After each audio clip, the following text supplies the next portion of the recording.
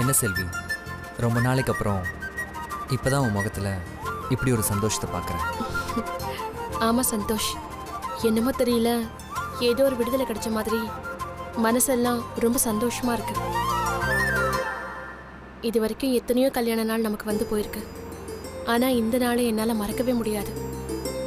முதல்ல எனக்கு கண்ணு தெரிஞ்சப்ப கூட நான் இவ்வளோ சந்தோஷப்பட்டது கிடையாது. ஏன், என்ன காரணம்? உன் கூட நான் வாழும்போதெல்லாம் மாயா என்ன நினைப்பாளோ, அவள் ஏதாவது சண்டை இழுப்பாளோ, இல்லை வேற ஏதாவது பிரச்சனை வருமோன்னு நான் பயந்துட்டே தான் இருப்பேன். ஆனால் இப்போதான் என் மனசுக்கு எந்த பயமும் இல்லாமல் தெளிவாக இருக்கு. சந்தோஷ், நான் உன்கிட்ட ஒன்று சொல்லுவேன். நீ சிரிக்கக்கூடாது, என்னை கிண்டலும் பண்ணக்கூடாது. ம், சொல்லு. நான், நீ, நம்ம பசங்க அஞ்சலி, அஸ்வந்த் 4 பேர் மட்டும் யாருமே இல்லாத இடத்துல கொஞ்ச நாள் இந்த உலகத்தை மறந்துட்டு ஜாலியாக இருக்கணும். கேரளாவில் போட் ஹவுஸ் மாதிரி இடத்துல சுற்றி தண்ணி, அக்கம் பக்கம் யாருமே இருக்கக்கூடாது. தேவையான திங்ஸ்லாம் போட்லேயே இருக்கும். ஓகேவா உனக்கு? கேட்கும் போதே ரொம்ப சந்தோஷமா இருக்கு. கோர்ட்ல இருந்து தீர்ப்பு வந்ததும் வேலையா போட் ஹவுஸ்ல 1 மாசமாவது தங்கி இருக்கணும். கண்டிப்பா. உனக்குன்னு நான் இது வரைக்கும் எதுவுமே பண்ணதில்லை. உன் மனசுல என்னெல்லாம் ஆசை இருக்கோ எல்லாத்தையும் சொல்லு. கண்டிப்பா அதெல்லாம் நான் நிறைவேற்றுறேன். கண்டிப்பா நிறைவேற்றுவியா சந்தோஷ்? நிச்சயமா நிறைவேற்றுவேன். பேச்சு மாறக்கூடாது. நான் சொன்னது தான். இந்த உலகத்துல உன்னை விட வேற எதுவுமே எனக்கு முக்கியம் இல்லை. நீ என்னை எப்படி நினைக்கிறியோ எனக்கு தெரியாது. ஆனால் நான் உன்னை என்னோட அம்மா, அப்பா, குருவா, ஃப்ரெண்டாக தான் நினைக்கிறேன். ஏன் கண் கலங்குற? நான் ஏதாவது தப்பாக சொல்லிட்டேனா? இல்லை சந்தோஷ், உன் மனசில் நீ எனக்கு எவ்வளோ பெரிய இடத்த கொடுத்துருக்க. அதை நினைக்கும் போது மனசுக்கு ரொம்ப சந்தோஷமா இருக்கு. இது ஆனந்த கண்ணீர். பா, நல்ல வேலை, நான் பயந்தே போயிட்டேன். இந்த பொம்பளைங்களோட மனசை புரிஞ்சிக்கவே முடியல. ஏன் அழுகிறாங்க, எதுக்காக அழுகிறாங்கன்னு காரணத்தை கண்டுபிடிக்கிறதுக்குள்ள போதும் ஆயிடுது. பொம்பளைங்களோட மனசு கடல் மாதிரி. அதோட ஆழத்தை அளக்கவே முடியாது. அதுல இருக்க அன்பையும் கூட புரிஞ்சிக்கவே முடியாது. என்ன செல்வி, தத்துவம்லாம் சொல்ற? போ சந்தோஷ், எனக்கு வெக்கமா இருக்கு. நீ இப்படி மனசு விட்டு பேசி எவ்வளவு நாள் ஆச்சு தெரியுமா? ஆமா சந்தோஷ், நாம இன்ஸ்டியூட்ல படிக்கும்போது தான் இப்படியெல்லாம் பேசியிருக்கோம். அதுக்கப்புறம் நாம பேசுறதே ரொம்ப குறைஞ்சு போச்சு.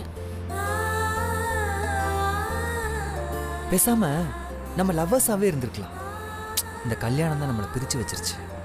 எதுக்கு சந்தோஷ் இப்படி சொல்ற? பின் என்ன செல்வி, ஸ்டூடெண்ட்ஸா இருந்த வரைக்கும் நமக்கு கஷ்டம்னா என்னன்னே தெரியாம இருந்துச்சு. இப்போ என்னடான்னா கஷ்டத்தை தவிர நமக்கு எதுவுமே தெரியாம இருக்கு. பார்வை இல்லாத வரைக்கும் இந்த உலகத்தை நாம பார்க்கவே இல்லை. அதனாலதான் நமக்கு கஷ்டம் எதுவுமே தெரியாம இருந்தது. பார்வை வந்ததும் உலகத்தை நாம பார்க்க ஆரம்பிச்சிட்டோம். கஷ்டமும் நம்ம கிட்ட வந்து ஒட்டிக்கிச்சு. அப்போ நீயும் கல்யாணத்துக்கு அப்புறம் கஷ்டப்படுறேன்னு சொல்ற, அப்படிதானே? ஏய், நீ பொதுவா பேசிட்டு இருந்த, நானும் பொதுவா தான் சொன்னேன்.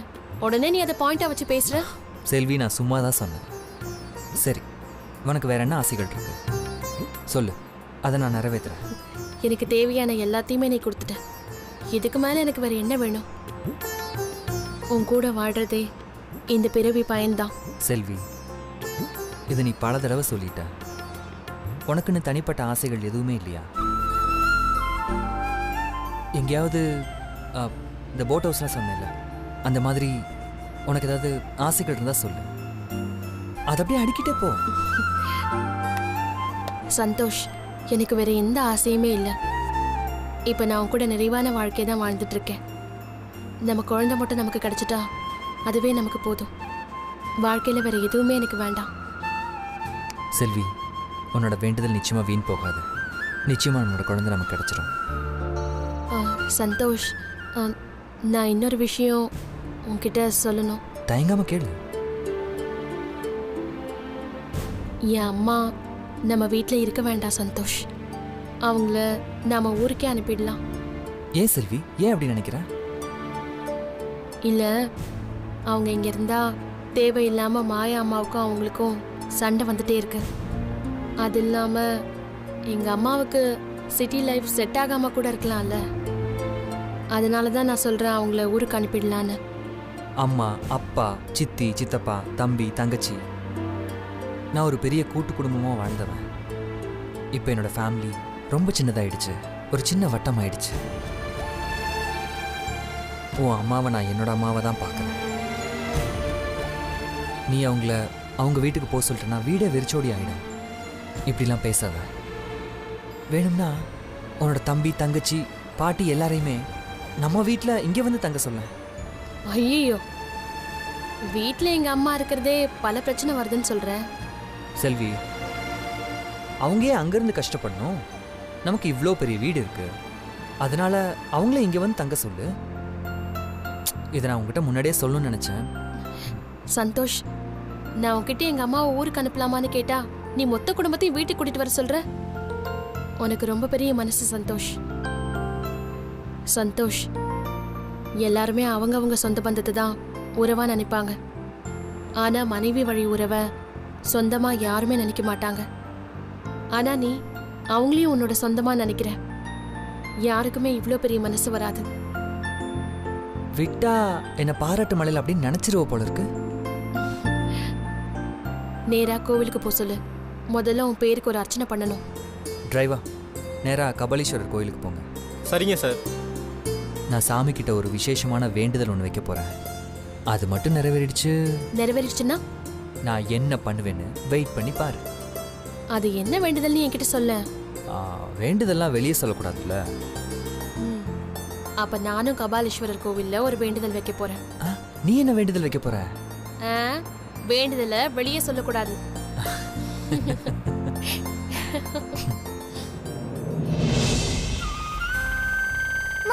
நம்ம இப்போ எங்க போறோம்? நம்ம கோவிலுக்கு போறோம்டா. கோவிலுக்கா? நம்ம வெளியில தானே போக போறோம்னு சொன்னீங்க. நம்ம முதல்ல போய் சாமியை கும்பிட்டுட்டு அதுக்கப்புறமா வெளியில போகலாம். சரிம்மா. அஞ்சலி, நான் முதல்ல உன்னை கடத்த வந்தப்போ நான் குழந்தைய கடத்த வந்திருக்கேன், நீதான் எனக்கு துணையா இருக்கணும்னு சாமி கிட்ட நான் வேண்டிக்கிட்டேன். ஆனா அதுக்கப்புறம் நீதான் எனக்கு துணையா இருக்க அஞ்சலி. நான் செஞ்ச பாவத்துக்கு பிரியாச்சித்தமா சாமி கிட்ட மன்னிப்பு கேட்டுட்டு அப்படியே உன் பேர்ல ஒரு அர்ச்சனை பண்ணிட்டேன். அதுக்கப்புறமா உன்னை நான் இன்னைக்கு செல்வி கிட்ட ஒப்படைக்க போறேம்மா.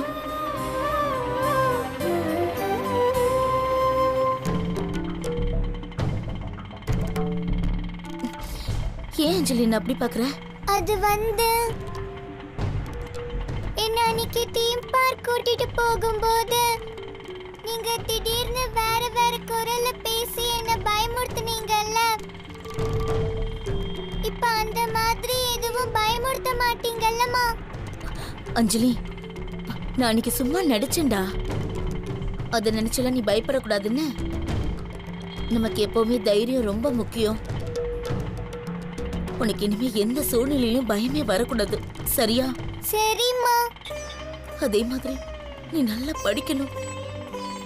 எந்த சந்தர்ப்பத்திலையும் படிப்பை நீ கைவிட்டக்கூடாது. சரிம்மா. அதே மாதிரி நம்மளை விட பெரியவங்களுக்கு எப்பவுமே மரியாதை கொடுக்கணும். ஏமா என்ன விட்டுட்டு ஊருக்கு போற மாதிரி பேசுறீங்க? இல்லடா, உனக்கு இதெல்லாம் சொல்லணும்னு தோணுச்சு, அதான் சொன்னேன். சரிம்மா. அஞ்சலி, இன்னைக்குதான் நம்ம 2 பேரும் ஒன்னா இருக்க போற கடைசி நாள்டா. இதை நான் உங்ககிட்ட எப்படி சொல்லுவேன், எப்படி சொல்லி புரிய வைப்பேன்? இந்த விஷயத்த செல்வி கிட்ட சொல்லும் போது நீயே புரிஞ்சுக்குவ. ஏன் அழுவுறீங்க? இல்ல, கண்ணுல தூசி பட்டுச்சுடா. நான் வேணா ஊதி விடட்டாமா? வேண்டாம் வேண்டாம், சரியாயிடுச்சு. சரிம்மா.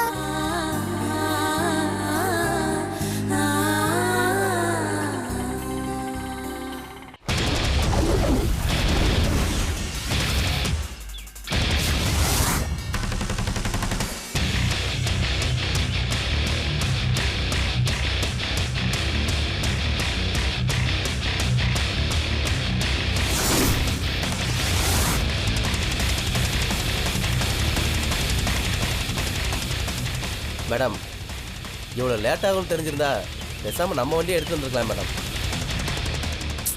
ஏய், நீ தொழிலுக்கு புதுசா? இதுக்கு முன்னாடி கடத்தல் விஷயம்லாம் நீ பண்ணதில்லையா? மேடம் ஆளை தூக்குறது ஆளை மட்டை பண்ணுறதுன்னு நிறையா பண்ணியிருக்கேன் மேடம். எப்பவுமே இந்த மாதிரி விஷயத்துக்கு சொந்த வண்டியை யூஸ் பண்றவன் முட்டாள். ஏன் என்கிட்ட வண்டி இல்லாமையா டிராவல்ஸ் வண்டியை எடுத்துட்டு வர சொல்லியிருக்கேன்? இந்த மாதிரி விஷயத்துக்கெல்லாம் டிராவல்ஸ் வண்டியை தான் யூஸ் பண்ணணும். அதுவும் இல்லாம ஒரு இடத்துல இருந்து இன்னொரு இடத்துக்கு ஷிஃப்ட் ஆகும்போது வண்டியை மாத்திடணும். அதுதான் சேஃப். புரியுது மேடம்.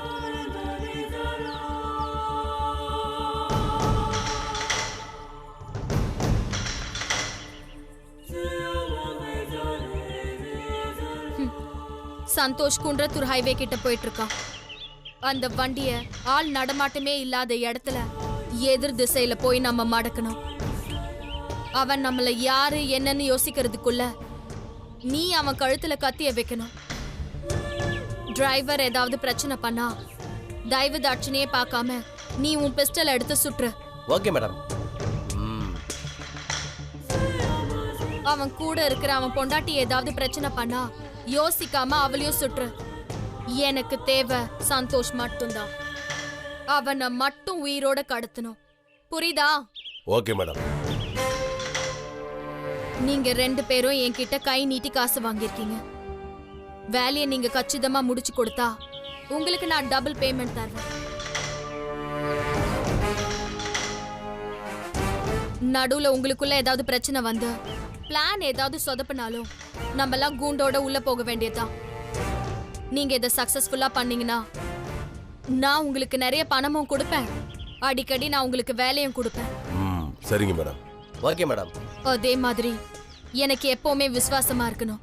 விசுவாசம் மட்டும் போதாது, வேகமாவும் விவேகமாவும் புத்திசாலித்தனமா வேலை செய்யணும். புரியுதா? சரிங்க மேடம்.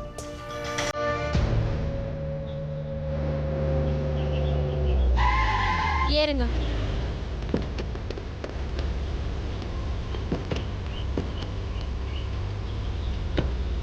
வண்டி எடு.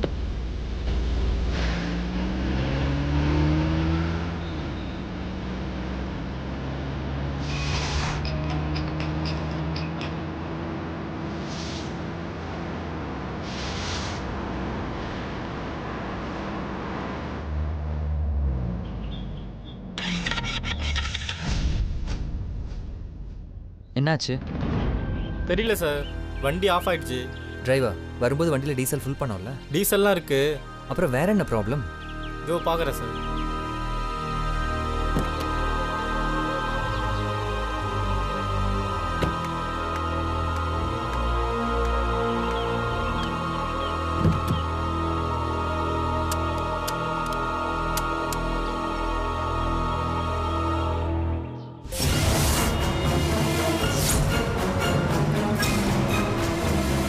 ஏய், கொஞ்சம் சீக்கிரம் போ.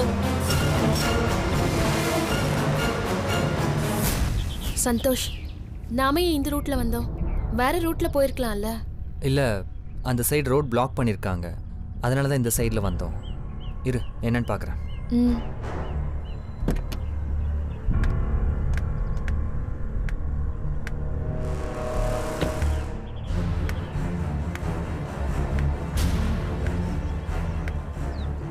என்னாச்சு? சார் ஒன்றும் இல்லை, ஒரு சின்ன ப்ராப்ளம் தான். 2 நிமிஷத்தில் ரெடியாரு சார். கொஞ்சம் வெயிட் பண்ணுங்க சார் ப்ளீஸ். என்னாச்சு சந்தோஷ்? கொஞ்ச நேரம் வெளியில் நிற்போம் செல்வி. வா.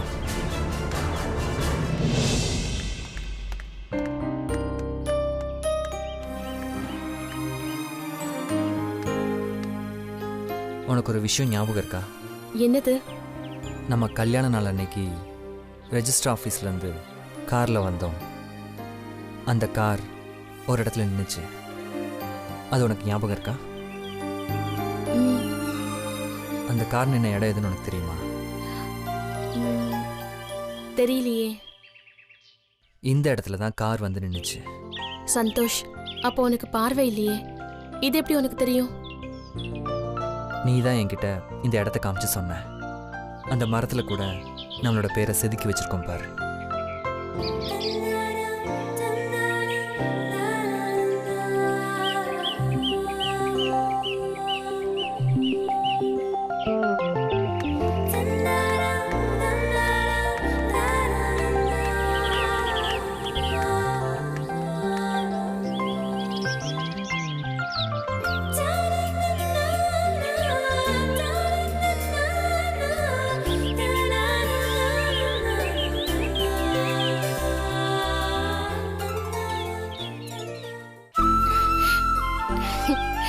சந்தோஷ், உனக்கு ரொம்ப ஞாபக சக்தி. அப்படி இல்லை, நம்ம லவ் பண்ணதுலேருந்து இன்னைக்கு வரைக்கும் நடந்த எந்த விஷயமே நான் மறக்கல. ஆனா நான் இதை மறந்துட்டேன்ல. அதுக்கப்புறம் எவ்வளோ பிரச்சனை உனக்குன்னு வந்திருக்கு. நீ அதெல்லாத்தையுமே கடந்து வந்திருக்க. அந்த பிரச்சனைகள்னால நீ இதை மறந்துருக்க, அவ்வளோதான். இந்த சம்பவம் நடந்தப்போ இன்னொரு விஷயமும் நடந்துச்சு. அது உனக்கு ஞாபகம் இருக்கா? அது என்னது? அன்னைக்கும் இதே மரத்துக்கிட்ட தான் நிறுத்திட்டு போனோம். அப்போ நமக்கு வீட்டில் பயங்கரமான பிரச்சனைகள்லாம் நடந்துச்சு.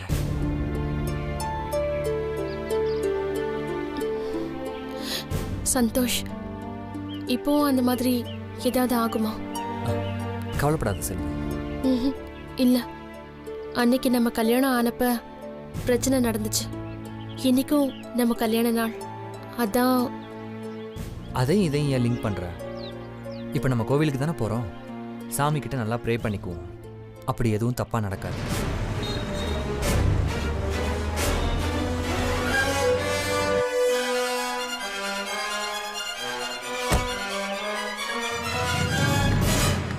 சார், வண்டி ரெடி ஆயிடுச்சு. வரோம், போங்க. வாசல் போகலாம்.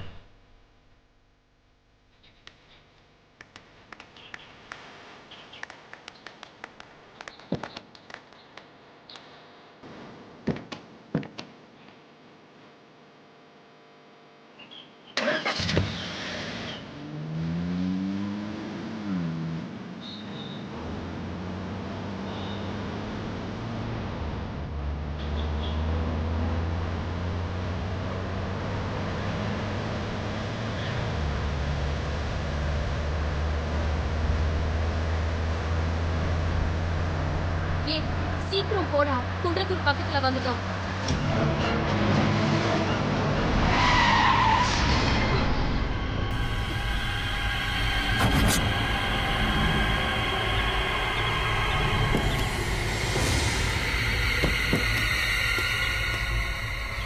யோ, அறிவில்ல? அறிவில்லாமல் இப்படி தான் வண்டி ஓட்டுவீங்களா? என்ன சொன்ன? யோ, வண்டியை ஒழுங்காக பார்த்து ஓட்ட மாட்டீங்களா?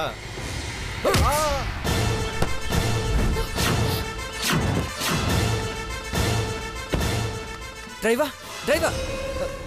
ஏய், யாரா நீங்க? ஏன் அப்படி பண்ணீங்க? சந்தோஷ், சந்தோஷ், சந்தோஷ்! செல்வி, இத பாருங்க. உங்களுக்கு பணம் நகை வேணும்னா அதை எடுத்துட்டு போங்க. அதை விட்டுட்டு இப்படி கத்தி கட்டி மிரட்டுற வேலைலாம் வேண்டாம். சந்தோஷ், உலகத்திலேயே உயிர் விலை மதிக்க முடியாது. அதை இந்த மாதிரி அல்பத்தனமான விஷயத்துக்கு இழக்கக்கூடாது. சந்தோஷ்.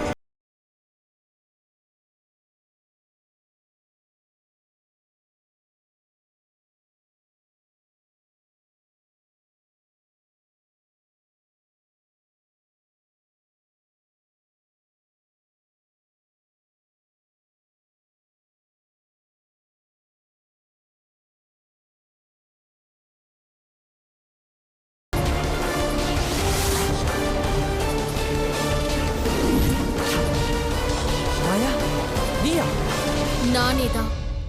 ஆனா பழைய மாயா இல்ல, புது மாயா. மாயா, நீ பண்றது ரொம்ப அநியாயம்.